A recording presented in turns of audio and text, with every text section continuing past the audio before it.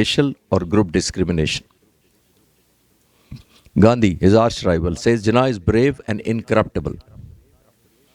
The single-mindedness and persistent integrity of Muhammad Ali Jinnah gave him victory over all his adversaries.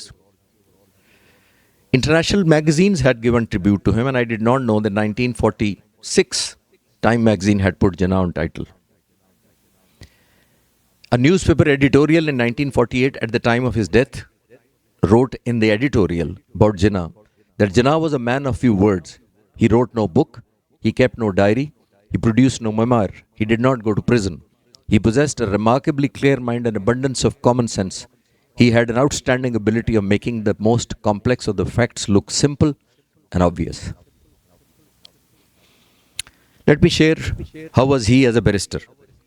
He was appointed the presidency magistrate in the year 1900 May. But after a few months he resigned.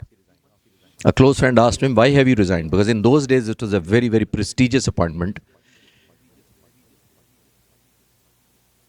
And his salary was 1500 rupees, almost 125 years back, which was huge in those days. He said, why did you resign? He said, I want to earn rupees 1500 a day. That tells you his goal setting, his passion and perseverance, which he did.